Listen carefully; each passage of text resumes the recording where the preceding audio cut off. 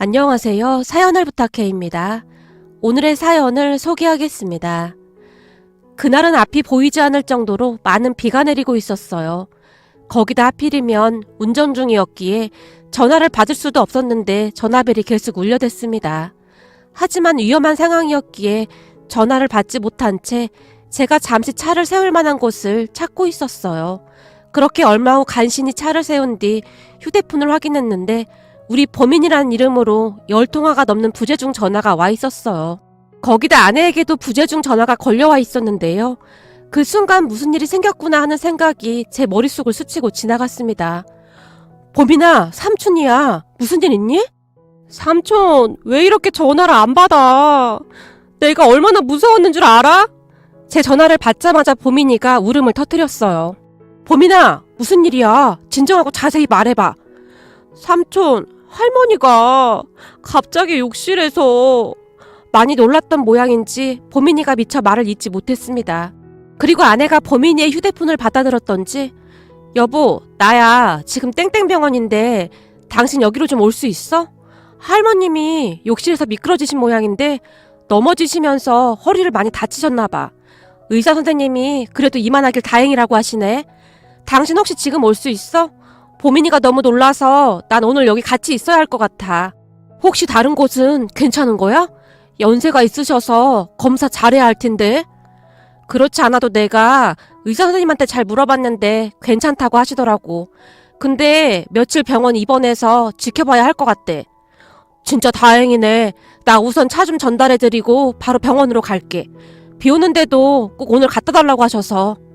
그래, 우선은 내가 보민이 옆에 있을 테니까 너무 무리하지 말고. 지금 밖에 비 많이 오니까 운전 조심해. 그래도 아내가 병원으로 빨리 가줘서 얼마나 고맙던지요. 제게도 보민이와 같은 시절이 있었기에 마음이 짠할 수밖에 없었는데요. 홀로 얼마나 놀랐을까 하는 생각에 마음이 아프기만 했어요. 저는 자동차를 판매하는 영업사원입니다. 벌써 10년이 넘게 자동차를 판매하고 있습니다. 문득 10년 전 아는 지인의 소개로 자동차 영업사원이 되었던 시절이 떠오릅니다. 저는 부모님의 얼굴도 모른 채 할머니와 단둘이 살아왔습니다. 할머니 말씀으로는 어느 날 아빠가 저를 할머니 집에 맡겨둔 채 조용히 사라졌다는데요. 그때 아빠의 나이가 21살인가 그랬다고 했습니다. 그러니까 엄마 아빠는 그 나이에 저를 낳고는 감당이 되지 않으니 할머니께 맡겨둔 채 도망가다시피 사라졌다고 합니다. 난 네 엄마 얼굴도 모른다. 어느 날 눈 떠보니 너만 마루에 덩그러니 있지 뭐냐. 그 안에 네 아버지가 편지 하나 써놨더구나. 처음에는 눈앞이 깜깜했어. 내가 잘 키울 수 있을까? 별의별 생각이 다 들었거든. 근데 네가 자라면서 예쁜 짓을 얼마나 많이 하던지 이 할미는 힘든 줄도 모르고 살았어. 할머니께서 몇 번이나 말씀하셨거든요. 그 뒤 저는 부모님의 얼굴을 단 한 번도 본 적이 없습니다. 하지만 할머니와 살면서 전혀 외롭거나 하진 않았어요.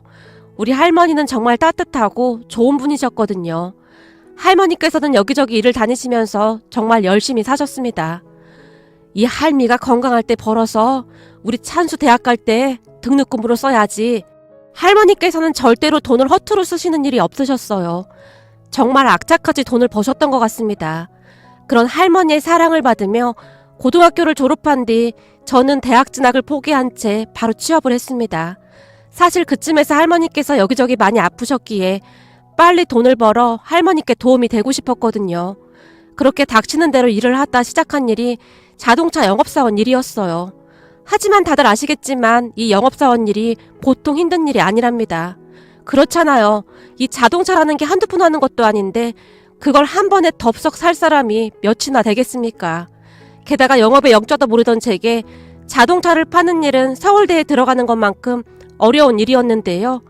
결국 저는 영업사원을 시작한 지 5개월이 다 돼가도록 자동차를 한 대도 팔지 못했습니다. 그때쯤 정신이 아득해지기 시작했는데요. 자동차 영업소에서 대놓고 제게 그만두라는 말은 하지 않았지만 저를 바라보는 눈빛들은 마치 언제 그만둘 거냐는 듯한 그런 싸늘한 기운마저 느껴질 정도였어요. 5개월 동안 한 대도 팔지 못했으니 할머니 얼굴을 볼 면목도 없었는데요. 할머니, 난 정말 뭘 해도 안 되나 봐. 5개월 동안 한 대도 못 판다는 게 말이나 되는 소리야? 아무래도 내 적성에 맞지 않는 것 같아. 제가 잔뜩 풀이 죽은 채 할머니를 바라봤어요. 처음부터 잘하는 사람이 몇이나 되겠어. 그러니까 너무 기죽을 필요 없어. 열심히 하다 보면 길이 보이기 마련인 게야. 사내대장부가 한 번 시작했으면 끝장을 봐야지. 그렇게 물러터져서 험한 세상을 어떻게 살아가려고 그래. 그러니까 어깨 쫙 펴고 살아. 알았어? 내가 빨리 돈을 벌어야 할머니가 편해질 텐데 할머니가 계속 고생하니까 그렇지. 괜찮대도 아직까지 할머니가 일을 할 수 있으니까 넌 뭐든지 열심히 할 생각이나 해. 할머니께서 저를 다독여 주셨어요. 그때 저는 다시 힘을 내서 한 대라도 팔아보려고 바쁘게 뛰어다녔습니다. 사실 전에는 조금 소극적인 태도로 영업을 했었는데 그런 생각을 싹 다 고쳐먹고는 오로지 고생하시는 할머니만을 생각하며 보다 적극적으로 영업을 하기 시작했어요. 그러던 어느 날 우연히 들른 햄버거 가게에서 고등학교 때 담임 선생님을 만나게 되었어요. 어머, 찬수 아니니? 너 잘 지내고 있는 거야? 선생님께서 제 손을 덥석 잡아주셨어요. 네, 선생님도 잘 지내고 계시죠? 그럼, 근데 넌 요즘 뭐하고 지내는 거야? 너 성적도 나쁘지 않았는데 대학 포기하는 거 보고 참 마음이 아팠었거든. 괜찮아요. 그래도 학교 다니면서 선생님께서 이것저것 챙겨주셔서 정말 감사했어요. 선생님 덕분에 학창시절이 참 따뜻했어요. 사실 그동안은 다들 저한테 관심도 없었는데 선생님께서는 가끔 제게 간식도 사주시고 우리 할머니 안부도 물어봐 주시고 참 감사했어요. 꼭 성공해서 찾아뵙고 싶었는데 아직 제가 성공을 못해서요. 제가 쑥스러운 듯이 배시시 웃었습니다. 찬수야, 꼭 성공해야만 찾아오겠다고 생각하지 말고 힘든 일 있거나 하면 선생님한테 찾아오렴. 그나저나 어디 취업은 한 거야? 저기 그게 제가 딱히 할 수 있는 일이 많지 않아서 아는 분 소개로 어렵게 자동차 영업을 하고 있는데요. 제 능력이 많이 부족해서 5개월 동안 한 대도 못 팔고 있어요. 근데 열심히 뛰어다니고 있으니 곧 잘 되겠죠. 그랬구나. 자동차 파는 일이 어디 보통 일이니? 그게 절대 쉬운 일이 아니잖니. 그래도 우리 찬수는 항상 밝아서 어찌나 예쁜지 모르겠어. 전에 이 선생님이 사람을 딱 보면 다 보인다고 했잖아. 찬수 너는 분명히 잘 될 거야. 그게 선생님 눈에 딱 보여. 선생님께서 활짝 웃으셨어요. 정말요? 감사해요 선생님. 그리고 말이야, 너 명함 몇 개만 줘봐. 나도 주변에 홍보하고 다닐게. 라며 선생님께서 제 명함을 받아가셨어요. 그때 시간이 얼마나 흘렀을까요? 그때까지도 저는 자동차를 한 대도 팔지 못한 채 이리저리 뛰어다니고 있었는데요. 제 휴대폰으로 전화 한 통이 걸려왔어요. 저기 김찬수 씨 휴대폰이죠? 네, 제가 김찬수입니다. 내가 말이요. 땡땡고등학교 최지훈 선생님께 소개받고 연락했는데 최 선생님이 혹시 차를 사게 되면 김찬수 씨한테 사달라고 부탁을 했거든요. 너무나 뜻밖의 전화였기에 제가 당황한 채 어쩔 줄을 몰라 하고 있었어요. 영업사원이 이렇게 말주변이 없어서 어디 영업해먹겠어요? 죄송합니다. 사실 고객님이 제게 처음 전화 주신 고객님이시거든요. 아무튼 그건 그렇고 땡땡동에 있는 땡땡 예식장 알죠? 그 오른쪽 옆 건물 3층에 우리 사무실이 있으니까 거기로 견적서 좀 가지고 와봐요. 내가 차를 하나 사야 하거든. 근데 최 선생님이 어찌나 신신당부를 하던지 모른 척을 할 수가 없어서 말이요. 네, 알겠습니다. 그럼 혹시 지금 바로 시간 괜찮으세요? 고객님만 괜찮으시다면 제가 바로 그곳으로 가겠습니다. 그래요, 그럼. 마침 나도 지금 한가하니까 바로 여기로 와요. 고객님이 바로 승낙을 했습니다. 고객님과 전화통화를 끝낸 뒤 제가 만세를 불렀는데요. 심장이 어찌나 콩닥거렸는지 모르겠습니다. 그렇게 잠시 후 고객님의 사무실로 불이 났게 달려갔는데요. 안녕하십니까 고객님, 김찬수입니다. 제가 사무실이 울리도록 쩌렁쩌렁한 목소리로 인사를 했습니다. 거참 목소리는 씩씩해서 좋구만. 연세가 있어 보이는 어르신께서 큰 소리로 웃으셨어요. 우리 최 선생님한테 들어보니 아주 성실한 청년이라고 칭찬이 자자하더구만요. 아닙니다. 선생님이 워낙 좋은 분이시라 좋게 봐주신 것 같습니다. 우선 여기로 좀 앉아봐요. 그리고 나한테 판매를 한번 해봐요. 내가 이래봬도 그렇게 호락호락한 사람이 아니거든. 그러니까 지금부터 한번 팔아봐요. 어르신께서 말씀하셨는데 어르신 눈빛이 예사뿐이 아닌 듯해 보였어요. 그렇게 저는 어르신께 한참 동안 설명을 했는데요. 아주 어쩌면 첫 계약을 할 수도 있겠다는 긴장감에 식은땀이 흐릴 정도였어요. 이렇게 해서 밥 벌어 먹겠어요? 아직 한참 더 공부해야겠네. 어르신께서 의미심장한 눈빛으로 저를 바라보셨어요. 죄송합니다. 입사하고 아직까지 한 대도 못 팔아봐서 제가 긴장을 좀 많이 한 것 같습니다. 순간 제 손이 벌벌 떨리고 있었는데요. 어르신의 눈빛이 워낙 범상치 않았기에 매 순간 압도당하고 말았거든요. 그럼 오늘은 이만하고 다음에 한번 보도록 하죠. 오늘은 영 사고 싶지가 않네. 네, 알겠습니다. 그럼 혹시 내일 다시 찾아뵈도 될까요? 내일 다시? 하긴 뭐 내가 막 바쁜 사람도 아니니까. 그럼 내일 다시 오던지. 정말 감사합니다. 그럼 내일 뵙겠습니다. 제가 90도로 허리를 숙여 인사를 드린 뒤 그 사무실을 나왔습니다. 그리고 그 다음날 어르신 사무실로 아예 출근을 해서 다시 영업을 시작했어요. 하지만 역시나 어르신께서는 이렇게나 비싼 차를 그냥 막 살 수도 없고 영 땡기지가 않네 라며 고개를 절레절레 흔드셨어요. 지당하신 말씀입니다, 고객님. 차가 어디 한두 푼 하는 것도 아니고 당연한 말씀이십니다. 그럼 혹시 내일 다시 찾아뵈도 될까요? 제가 간절한 눈빛으로 어르신을 바라봤어요. 그러던지 내일도 계속 사무실에 있을 것 같으니까. 네, 고맙습니다. 정말 고맙습니다. 제가 다시 90도로 인사를 하고 그곳을 나왔습니다. 그런데 집에 도착하자마자 선생님께 전화가 왔어요. 찬수야, 내가 소개해준 그 어르신 말이야. 많이 까다롭지? 아닙니다. 저 같은 초짜한테 약속도 잡아주시고 만나주시는 것만으로도 제가 너무 감사하죠. 제가 꼭 그 어르신께 차 팔아서 인사 갈게요. 항상 마음 터주셔서 감사해요, 선생님. 아니야, 내가 한 게 뭐가 있다고. 난 그냥 소개만 해준 것뿐인걸. 근데 말이야, 그 어르신 어마어마한 부자야. 거기다 우리 학교 총 동문회장이기도 하시거든? 네가 그분 마음만 얻을 수 있다면 앞으로 탄탄대로일 거야. 그러니까 무슨 일이 있어도 그 어르신 꼭 잡아야 한다. 네가 상상하는 것보다 훨씬 부자시거든. 그리고 어르신이 의리가 있으신 분이라 내 사람이다 라고 한번 마음먹으시면 절대 신의를 저버리지 않거든. 반면에 한번 실망하시면 바로 끝이니까 명심하고 무슨 일 있어도 그 어르신 마음에 들도록 해봐. 내가 너니까 소개시켜준 거야.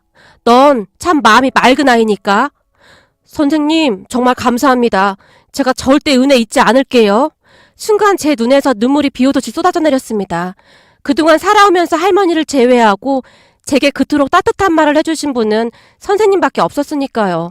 그때 저는 잠자는 시간까지 줄인 채 홀로 방에 틀어박혀 자동차 판매하는 연습을 하기도 했어요. 그렇게 한 달가량이 지났을까요? 그 어르신께서 딱 하고 손뼉을 치시더니 그래, 결정했다. 이게 딱 좋겠구만. 이걸로 계약하자 라는 말씀을 하셨어요. 이렇게 비싼 차로요? 이 차는 1억이 넘는 차인데요? 지금까지 보셨던 차는 다 경차인데? 깜짝 놀란 제가 어리둥절한 표정으로 어르신을 바라봤어요. 자네가 한 달 동안 고생한 보람은 있어야 하지 않겠나? 늙은이가 그렇게 귀찮게 하는데도 얼굴 한 번 찌푸리지 않더구만. 얼굴이 항상 웃는 상이야. 최 선생님이 왜 나한테 소개해줬는지 알겠어. 역시 최 선생님은 날 실망시키지 않는단 말이야. 어르신께서 사무실 떠내려가라 큰 소리로 웃으셨어요. 고객님, 감사합니다. 이 은혜 절대 잊지 않겠습니다. 어르신의 말에 제가 벌떡 일어나서 허리 숙여 인사를 드렸어요. 앞으로 먹고 살려면 그 정도 깡은 있어야 하는 법이지. 할머님이 손주를 아주 잘 키우셨구만. 최 선생님이 얘기하기를 자네를 키워주신 할머님께서 그렇게 바르신 분이라고 칭찬을 하더구만. 없는 살림에도 안쓰러운 사람들 도와주시는 그런 분이시라고. 자네 할머니께서 소풍날 김밥을 한 개 더 싸주셨다는 소리 들었네. 그걸 자네가 아침 일찍 학교에 가서 짝꿍 책상에 넣어뒀다고 하더구만. 네? 그걸 어떻게 아세요? 그건 아무도 모르는 일인데요? 그때 당시 제 짝꿍은 할아버지와 단둘이 살고 있었기에 소풍날 김밥 싸우기 힘들었던지 소풍 가기 며칠 전부터 가기 싫다는 말을 했었거든요. 난 소풍 이런 거 진짜 싫어. 김밥 싸줄 사람도 없는데 정말 창피하거든. 아무래도 둘이 처지가 비슷했기에 짝꿍이 제게만 털어놓은 듯 했어요. 그리고 그 말을 들은 제가 할머니께 말씀을 드렸는데요. 그럼 이 할미가 하나 더 싸줄 테니 일찍 가서 짝꿍 책상에 넣어둘래? 김밥 하나 더 싸는 게 뭐가 어렵다고 라며 음료수와 김밥 도시락을 하나 더 준비해 주셨어요. 근데 그 사실을 아는 사람은 짝꿍과 저밖에 없었거든요. 그랬으니 제가 놀란 토끼눈이 된 채 어르신을 바라봤어요. 그날 소풍날 말이야. 최 선생님도 혹시나 해서 자네 짝꿍한테 몰래 김밥을 주려고 교실로 들어가려다가 자네가 김밥 넣어두는 걸 본 모양이야. 그 모습을 보고 어찌나 뿌듯했는지 모르겠다며 입이 닳도록 자네 칭찬을 하더구만. 제가 한 일도 아닌걸요. 우리 할머니께서 다 준비해 주신걸요. 쑥 들어온 마음에 제가 머리만 긁적인 채 서 있었어요. 요즘 같은 세상에는 말일세, 그런 마음 따뜻한 사람이 정말 필요한 세상이 됐거든. 좋게 봐주셔서 정말 감사합니다. 앞으로도 바른 사람이 되도록 노력하며 살겠습니다. 저도 모르게 그 말이 튀어나왔어요. 그렇지. 그런 마음으로 살면 앞으로 다 잘 될 걸세. 암튼 나 그 자동차로 계약함세. 최첨단 기능 하나도 빼지 말고 풀 옵션으로 나가. 어르신께서 다시 한번 강조해서 말씀하셨어요. 정말 감사합니다. 순간 제 목소리가 떨리고 있었어요. 그렇게 저는 그날 첫 판매를 했습니다. 그것도 우리 영업소에서 가장 비싼 차로 말이죠. 그 모습을 보며 다들 깜짝 놀랐는데요. 이야, 첫 판매가 이 대형 세단이란 말이야? 김찬수 씨 대단한데? 다시 봤어. 라는 말을 할 정도였으니까요. 그런데 그 뒤부터 한동안 제 실적은 또다시 강간무소식이었는데요. 얼마 뒤 그 어르신께 다시 연락이 왔어요. 저기 김군, 내 차에서 이상한 소리가 나는데 이게 왜 이러는 건가? 네? 차에서 소리가 난다고요? 제가 금방 가보겠습니다. 어르신의 전화를 받고 마음을 졸인 채 급히 뛰어나갔는데요. 그날도 하필이면 비가 내리고 있었어요. 차에서 계속 소리가 나는데 왜 그러는 건가? 혹시 불량품을 판 거 아닌가? 제가 한번 확인해 보겠습니다. 라는 말을 하긴 했지만 사실 제가 자동차 수리하는 정비소 직원도 아니고 뭘 알았겠습니까? 근데 그때 당시 왜 그랬는지는 잘 모르겠으나 차를 팔아주신 고객님께 죄송한 마음이 가득했기에 순식간에 제 차 트렁크에서 자키를 꺼내 자동차를 띄우기 시작했어요. 그리고는 바로 차 밑으로 들어가서 차 밑을 확인하기 시작했습니다. 아니, 바닥이 온통 흙탕물 천지인데 지금 뭐 하는 건가? 우산을 들고 있던 어르신께서 어쩔 줄을 몰라 하셨어요.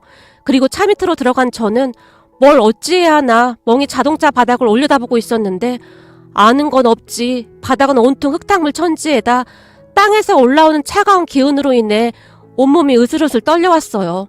하지만 그러한 생각을 할 겨를도 없었어요. 제 머릿속엔 오로지 저를 믿고 구매해주신 어르신께 실망을 드리면 안 된다는 그 생각뿐이었거든요. 그렇게 차 밑으로 들어간 지 5분 정도가 지났는데 그 5분이란 시간이 제게는 마치 1시간처럼 느껴질 정도였어요. 이 사람아, 그만 나오게나.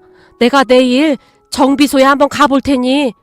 어르신께서 바닥에 쪼그리고 앉아서 머리까지 숙이신 채 제게 나오라고 소리치셨어요. 그런 어르신의 말에 제가 멋쩍은 듯이 슬금슬금 기어나왔습니다. 일을 어째 그래? 다 젖었잖나. 잠깐만 기다리게나. 어르신께서 급히 저를 태우시고는 시동을 걸어 차에 히터를 틀어주셨어요. 뒤에 보면 닦을 만한 게 있을 걸세. 그걸로 우선 닦게나. 라고 말씀하시더니 급히 근처 옷가게에 들어가셔서 티셔츠와 바지를 사오셨어요. 우선 우리 사무실로 가서 옷부터 갈아입자고. 괜찮습니다. 저 때문에 비싼 차가 엉망이 된 것 같습니다. 저는 이만 내리겠습니다. 내리긴 어딜 내려. 그러다가 감기 걸려. 그렇게 저는 어르신께 끌려가다시피 사무실에 가서 옷을 갈아입었습니다. 추울 테니 이 밑에 가서 따뜻한 국밥 한 그릇씩 먹자고. 정말 괜찮습니다.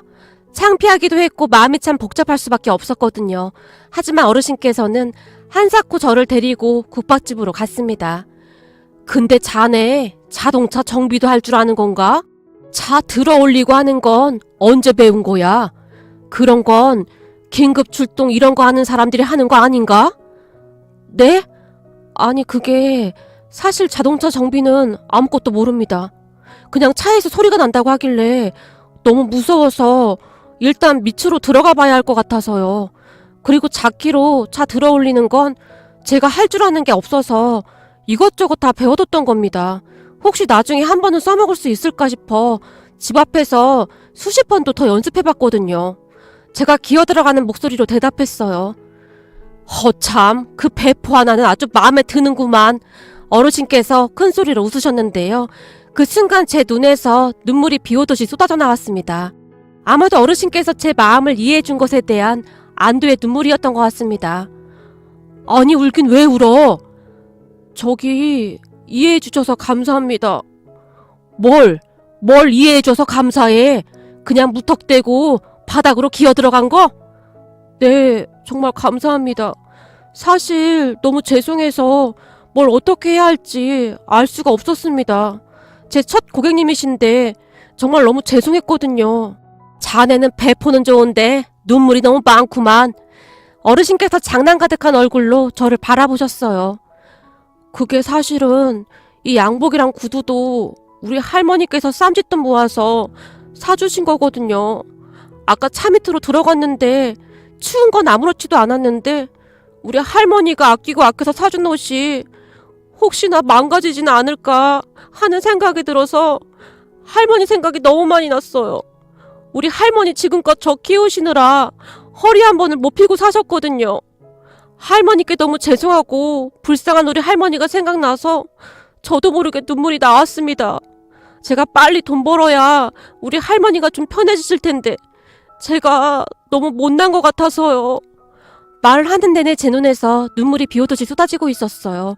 그런 제 모습을 보며 어르신의 눈시울도 붉어져 있었는데요. 자네 할머님은 참 뿌듯하시겠구만. 이런 손자가 있어서. 우선 따뜻한 국물부터 뜨자고. 어르신께서 제 손에 숟가락을 쥐어주셨어요. 그리고 그때부터 제 인생이 송두리째 바뀌어 버렸는데요.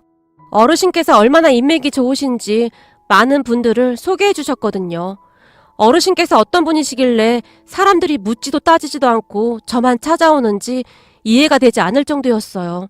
그 뒤 저는 판매왕이 될 정도로 실적이 좋아졌습니다. 사람의 신뢰가 얼마나 중요한 것인지 다시 한번 깨닫게 되는 계기가 되었답니다. 아무것도 모르는 초짜 영업사원이지만 끝까지 책임지려고 노력하는 자네 모습에 내가 감동받았네. 이 정도 사람이면 여기저기 추천해줘도 내가 부끄럽지 않겠구만 라는 말씀을 하셨거든요. 그런데 제 행운은 거기서 끝나지 않았는데요. 어느 날 어르신께서 제게 전화를 하셨어요. 오늘 나랑 밥 먹을 시간 좀 있나? 따뜻한 국밥 한 그릇 먹고 싶은데 우리 자동차 판매왕이 바빠서 시간이 안 되려나? 아닙니다. 당연히 가야죠. 저 지금 뛰어가겠습니다. 이젠 판매왕이라고 제법 여유도 생겼구만. 어르신께서 큰 소리로 웃으셨어요. 그렇게 어르신의 사무실로 뛰어가다시피 했는데요. 왔나? 배가 많이 고픈데 밥 먹으러 가자고. 아참, 여기는 우리 손녀인데 내가 우리 손녀한테 자동차 한 대 뽑아줄까 하고 불렀네. 밥 먹고 나서 우리 손녀한테 딱 맞는 자동차 한 대 추천 좀 해주게나. 네, 알겠습니다. 제가 아주 큰 소리로 대답했어요. 그 뒤 어르신께서는 손녀분과 함께 매장에 오셔서 차를 구경하기도 하셨어요. 그렇게 얼마 뒤에 손녀분께 자동차를 사주셨는데요. 매번 정말 감사합니다. 우리 할머니께서도 한번 찾아뵙고 꼭 인사드리고 싶다고 하십니다. 항상 감사하는 마음으로 살겠습니다. 그래? 고마운가? 그렇게 고마우면 내 부탁 하나 들어줄 텐가? 부탁이요? 제가 도와드릴 수 있는 건 다 도와드리겠습니다. 제가 얼굴에 미소를 가득 머금은 채 활짝 웃었어요. 요 며칠 우리 손녀 만나봤자는가? 우리 손녀 어떤 것 같나? 네? 손녀분이요? 어르신 닮아서 바른분 같아 보였습니다. 그렇지. 그럼 우리 손녀랑 한번 만나볼 텐가? 우리 손녀도 자네가 싫은 것 같진 않은데. 그게 무슨 말씀이신지요? 너무나 놀란 나머지 제가 어리둥절한 채 어르신을 바라봤어요. 무슨 말이긴 무슨 말이야.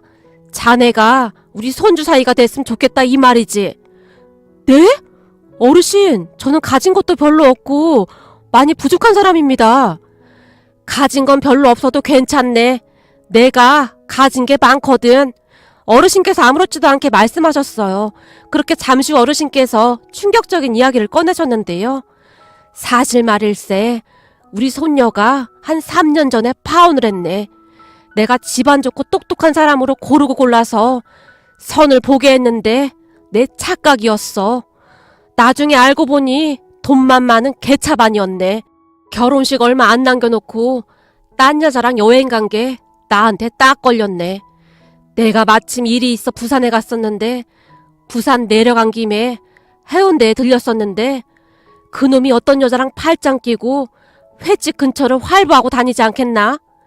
그 뒤 다 뒤집어 엎고 파혼시켰네. 근데 우리 손녀딸이 큰 충격을 받아서 한동안 참 힘들어했어. 그때 느꼈네. 돈보다 인성이 바른 사람이었으면 좋겠다고 말일세. 내가 그동안 자네를 계속 봐왔지 않았었나? 근데 보면 볼수록 참 마음에 든단 말이야. 그러니까 우리 손녀랑 한번 만나보게나. 어르신, 저를 좋게 봐주신 건 감사한데요. 저는 대학도 안 나왔고 이것저것 다 따져봐도 손녀분 짝으로 맞지가 않습니다. 제가 정중하게 거절을 했습니다.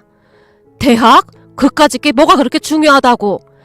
내가 최 선생님한테 물어보니 학교 성적도 좋았다고 하더만. 그게 정 걸리면 이번 참에 야간 대학이라도 가면 되지 않겠나? 어르신께서 작정을 하신 듯 고집까지 부리셨어요. 결국 저는 얼떨결에 어르신 손녀분과 선을 보게 되었습니다. 그런데 만나면 만날수록 서로에게 호감이 생기게 되었어요. 어르신 손녀분도 참 마음이 따뜻한 사람이었으니까요. 결국 몇 달 뒤 우리는 연인 사이가 되었습니다. 물론 그동안 할아버님의 적극적인 응원도 한몫했었거든요. 그리고 저는 할아버님의 조언대로 야간대학에 진학을 해서 정말 열심히 공부를 했어요.